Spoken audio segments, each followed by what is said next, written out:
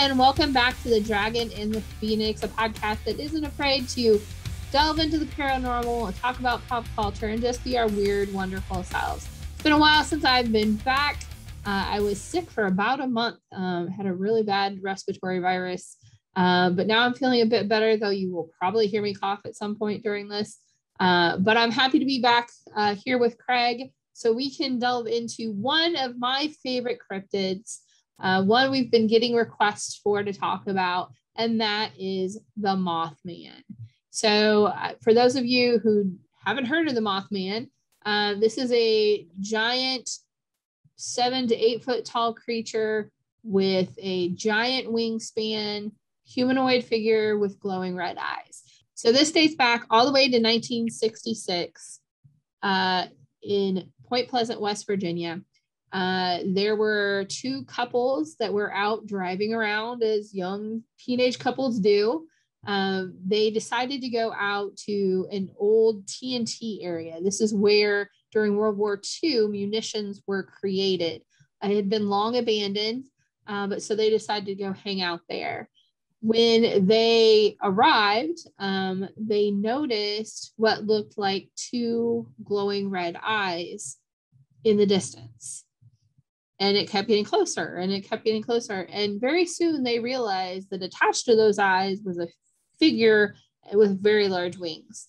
They got in the car, got the heck out of there, and the thing kept pace with them all the way into town until they made it to the sheriff's office, where they went inside and told the deputies what they had seen.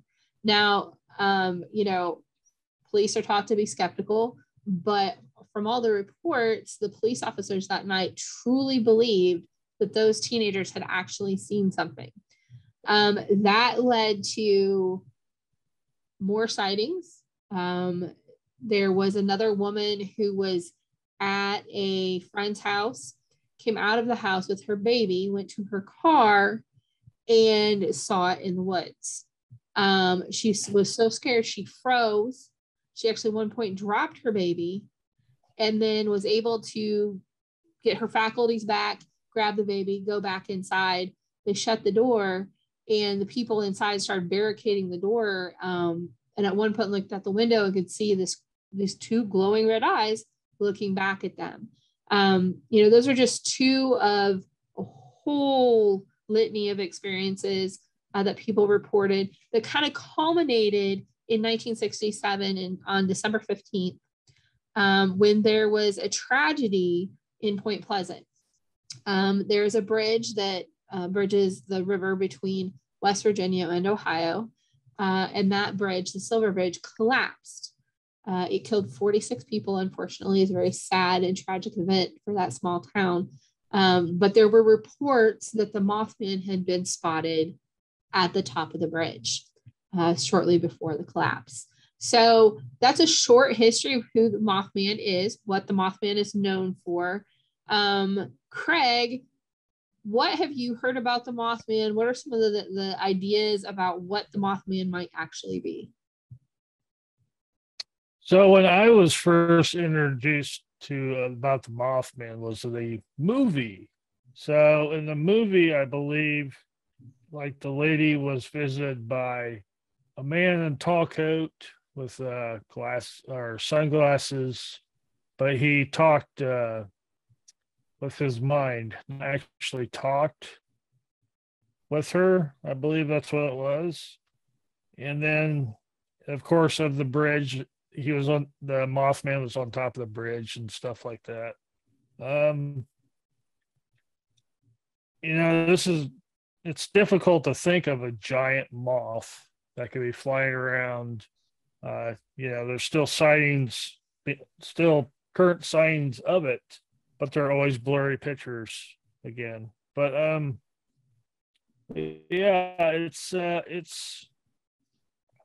it's weird. And, it's in West Virginia. It's part of the Appalachian Mountains. And they always have weird folklore of in the Appalachian Mountain history. Yeah, one of the other stories I had heard was that during that time, There was a young man driving his car. He thought he saw a car come up behind him and go to pass him, and it seemed to take a long time to get by him. And when it finally did, it kept slowing down, eventually so much that the guy came to a stop. And when he got out, he realized it wasn't a car at all. It was a UFO, and there was an alien outside. And he really felt like the alien was trying to speak with him. So there was a rise in Mothman sightings, and then there was also a rise in UFO sightings. So some people have linked the two together and said that Mothman perhaps is an alien, maybe a harbinger of things to come, such as the collapse of the bridge, that he didn't necessarily cause it, but that he was there to say that it was going to happen. So there's a lot of interesting ideas about, what he even looks like. We have a friend, Claire Manfredi, who makes wonderful creatures, and she makes Mothman, and they're adorable. They're these little, they got these wings and big red eyes, and they got their antennas, and they're really cute. Other renderings of them are, terrifying, that it's this humanoid figure with giant leathery wings and red glowing eyes. What's interesting is that is a very consistent part of the reports, is that it's always red glowing eyes. That's always what people encounter. They always feel intimidated by them. So I think it's interesting that that's consistent across all the reports. There also has been I believe it was Josh Gates. Maybe I saw on Josh Gates one of his shows. I forget which show it was, but they bring the government into the story where there supposedly was a mine nearby, and they're trying to make jetpacks back in that time, and that could be what Mothman was. But with the government nowadays, we don't know. So, that's an interesting thought, in that we know these teenagers were out in this TNT area, which was supposedly an abandoned munitions plant. But is anything that's said to be abandoned ever actually abandoned, or is it said to be abandoned so that people don't go there and we'll leave it alone? And maybe there were still experiments continuing to go on deep within this mountain. And maybe they were trying jetpacks, and that's what it was. And the big red eyes they saw were some kind of goggles that were reflecting the light of the car. So, who knows? It's always interesting. And, as you said, the government and talked about the movie, there are ties in some of the reports of witnesses being visited by the men in black after their sighting that they reported to the police. So, Mothman is just an interesting, very spooky. I think that the collapse of the Silver Bridge gives it an even more spookier feel to it, because, a lot of people feel the two things are connected. But I think even just the idea of a giant moth freaks a lot of people out because they don't like bugs. We drove past Mount Pleasant every time we go to Virginia, and we saw they have the bridge, but it's not usable. There's another bridge right beside it, and there's always an exit for Mothman Museum, or we always see flyers of it. Yeah. So, and they have a big statue, I think, in Mount Pleasant. So there is a following of Mothman. So that legend probably will never die, and maybe one day he'll show up again. Yeah.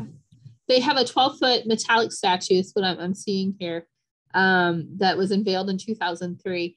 And the Mothman Museum and Research Center, which opened in 2005. They also have a festival every September that has guest speakers. It has a pancake eating contest. I don't know how pancakes are related to Mothman. Maybe maybe it's his favorite food. But there's a pancake eating contest, and it draws like 10 to 12,000 people every year. That's a lot of people to come to that little town. So they have definitely taken it. And like you said, that legend will never die because the townspeople will continue it, because it's become part of their economy, part of their culture. So that's really kind of cool to see how they've embraced this, what could have been, something to be scared of and to just push away and try to forget. They've made their like legacy of their town. I wouldn't know where Point Pleasant was if we didn't drive by it, and if without Mothman. Like if we drove by, I probably wouldn't care. I will say we always hit that area during the daytime, which I appreciate. And I also appreciate that you don't go close to where the bridge was, because that's just a little too much for me. But yeah, Mothman is a interesting cryptid. There are reports not only in that area, but all over the country, even some reports outside of the country. So who knows? I mean,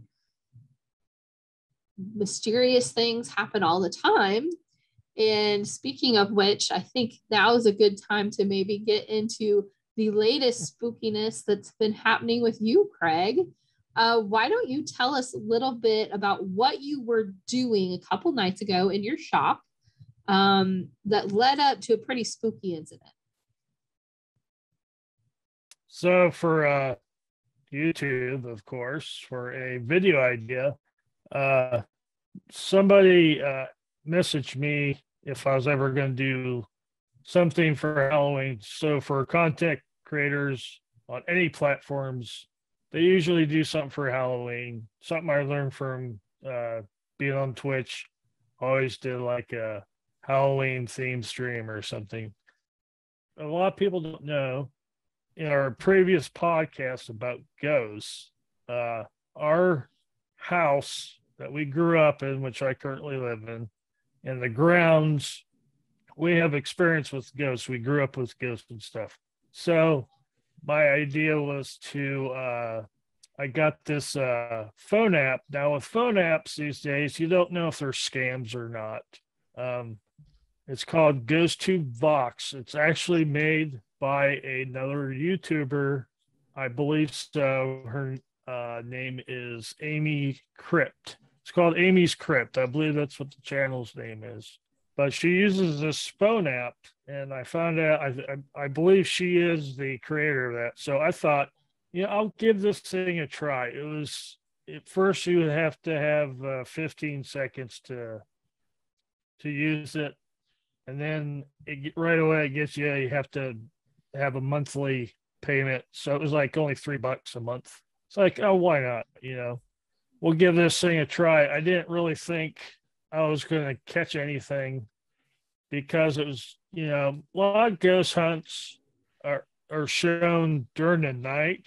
But if I did a ghost hunt during the night in my shop, it would be dust orbs everywhere because it's a shop. It's dirty in there. There's dust, sawdust, mostly everywhere. So I wanted to show me working in there, and if anything happened, could we catch it on camera, which I have never, ever been able to do. So what this app does, it's like what they call a spirit box. It goes through frequencies. So you couldn't be near any electronics like TVs, radios. So in my shop, the only thing that's electronic is my radio, but it wasn't on. There was no power to it, so it couldn't give off frequency. And then there's my power tools, but they don't really give off any frequencies. So I set up my camera in the far southeast corner so you can see the entire shop. So I didn't want to have like you think there's somebody's like hiding somewhere making voices. You could see the entire shop. Now I admit it's not very clean because I work every day in there, which I have to fix on that a little bit. But anyway, so I would so the app has a recording option, and it records, and while it's recording, it's having it throws you could see it as frequencies, and you'll hear sounds. Now the first day I kept on hearing like pops and weird noises and then random words, but I couldn't really make them out because I was working as well.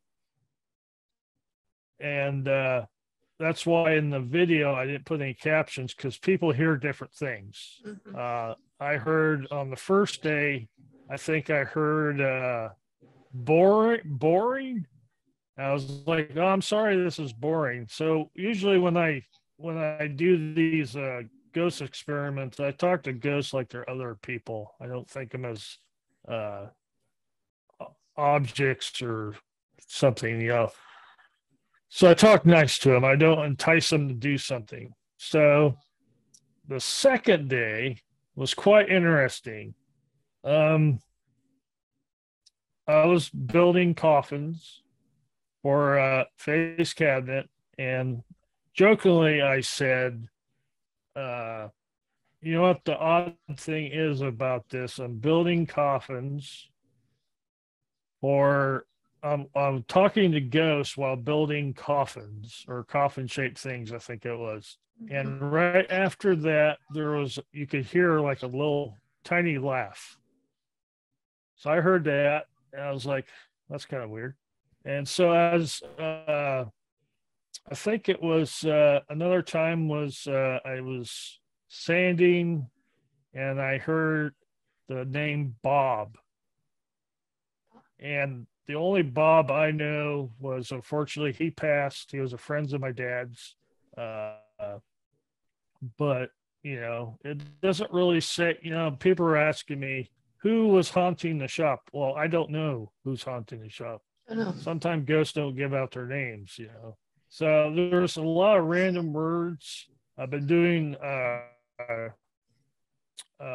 research, and also, which I'll explain after the incidents, I had some paranormal investigators contact me who has some similar names that Heather would know, and but we'll get to that. So so I was getting done gluing boards together to make coffin boxes. That's my business. I make coffins, not the ones you put sleep in, but or die in or whatever, but novelty items. Mm-hmm. But they're really cool. If you haven't seen them, you need to check them out. Thank you for the plug. So as I'm picking the glue off my hands, you'll see me come to the camera, and it sounds like a little kid. And what's bad about, you know, you don't know if it's an actual little kid. It could be just a voice, the setting of the voice that goes through whatever the frequency. And it said hello, and I sounded like a little kid. So I was picking my hands, and then I remembered I have to go to the table saw to check on. I was actually turning to do an angle of what a next project I'm working on right now. So you see me walk along the workbenches, and then I walk back towards, and I have it's a 4-foot level, plastic and metal level, and it's in pegboard holders that are shaped with a hook. So there's no way it could fall down or accidentally, because I mean, at night I have loud music and those walls vibrate and it never falls down. So as I'm walking back towards to the table saw, that level flies off the table saw towards me in a way, and I paused. Now when that happened, I don't really react like loudly. I guess you would say loudly, maybe scream or something. Honestly, if I walk through like a haunted house attraction, it wouldn't affect me. I don't get scared very easily because I used to work at a haunted house attraction and scare people. That was the fun part. But when that happened, right after that happened, a voice came through and said, "What happened?" So after that happened, I was just in like an awe, and then I remembered the videotape was recording because it was pointing that way. Mm-hmm. So I was a little excited. Um, I do suffer from panic attacks, and what triggers my panic attacks is adrenaline. So it was an adrenaline rush, and then I walked over to the camera. It was like my heart's beating a little fast, and that's when I shut off. And then in the video, you'll see me outside, and of course I bleeped out a word, but I was so amazed that I caught that on camera because I've been waiting 30 plus years to get something proof, Mm-hmm. when you tell people that you live with ghosts, they kind of look at you weird and stuff. But so yeah, so posted it. I first posted it on TikTok. Um, we could say it was actually trending. First post, I didn't promote it or nothing where you could promote uh, things so they get more views or whatever. I didn't promote it. It was trending. I posted it 2 days after. I think it was 2 days after. I posted it at midnight, and then when I woke up in the morning, it already had 6,000 views. But I didn't get, I didn't have like followers or I had some likes, but it was getting viewed. And then told me it was trending. And then the park, I went over to volunteer at the park that's nearby. And after unloading tons of light displays, which was so fun, um, it was up to 10K. I was like, wow, this is amazing. I never expected it to, because there's a lot of skeptics out there. And then for some reason, after I got lunch, I had a notification that I was banned for 3 days. So what happened was, I think I put on all the ages because there's nothing really bad in the uh, video. There's no swearing. There's no uh, bad symbol. There's nothing on the walls that offends anybody. It's just me walking to the table saw, and you see that thing fly, and Mm-hmm. then I zoom on into it so you can see it like flip up, and then I slow it down where you can actually see that it actually gets lifted up and thrown and stuff. So, I'm not like I told people on Facebook, uh, I wasn't really, TikTok's not really for me. I'm mostly based on this platform and Facebook. But I tweeted, actually did a tweet, and I shared the clip, and his last name is Danhausen. It's actually Danhausen's dad, Brian Danhausen. He is a paranormal investigator. He is. I tweeted that to him, and he really liked the video. I've had local people try to contact me to get the video. I'll be happy to give it to them and see what they think. So, all out of this, I will probably keep the app and try to capture something else. I don't know what else I would do. People are saying you should bless it and sage it. I don't believe in that because it never has hurt me. I mean, uh, the, I find ghosts interesting. I want to keep them around and try to figure out what's happening. So, But yeah, it was very interesting. I didn't sleep very well that night, so but yeah, it was not like an apparition. Now, if I saw an apparition, it would have been a very much different reaction. But it was Might have been a puddle. it would be called. Yeah, it might have been a puddle, maybe a little bit something else too. But it was yeah, it was quite experience. My parents, I showed them the video. Uh, I believe my mom said we should sage it. I'm like, it didn't hurt me. Don't worry about it. My dad kind of just laughed. I don't know what really their thoughts on it was, but I've been telling them that stuff has been happening in the shop, and they kind of think I'm playing around. But it was nice to actually have evidence of it happening. So I'll probably post. Actually, I haven't posted on Facebook yet, so I'll probably post it on Facebook here pretty soon. Yeah, it's a pretty incredible video. Kind of scary in a way, but also kind of really cool.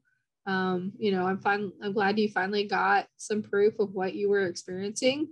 And I think it's pretty plain from the video that you had nothing to do with it.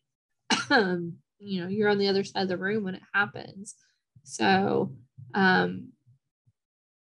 it just shocked me. And I know I was texting back and forth with our sister after we both watched it, and we're like, okay, so now maybe we don't go near the shop when it's dark, but it's all good. But yeah, that was such an incredible video. So make sure you watch it on Craig's channel. Honestly, I like to say something. The shop is completely safe. You don't have to worry about it. There's nothing in the shop that will hurt you. I haven't heard any growling or no scratching or anything. My reaction would be much different than yours. There definitely would be a puddle. Yeah. Definitely would be a puddle and loud screaming, because it would just. I remember the one time I was in our garage and I had shut the side door, and we had cross country skis that were like up on hooks, laying like this. And when I shut the door, it bounced one of them off and scared. I screamed so loud that Mom, who was in their bedroom, which is on the other side of the house through like 4 doors, heard me and was like, what just happened? I was like, oh, the thing fell off and scared me. So yeah, that would be my reaction. But I'm so glad that you had that experience, and our time is running short. So everybody make sure you check out our socials below, and definitely check out Craig's video. I think it will open your eyes to a lot of things. So until next time, rise up and breathe fire.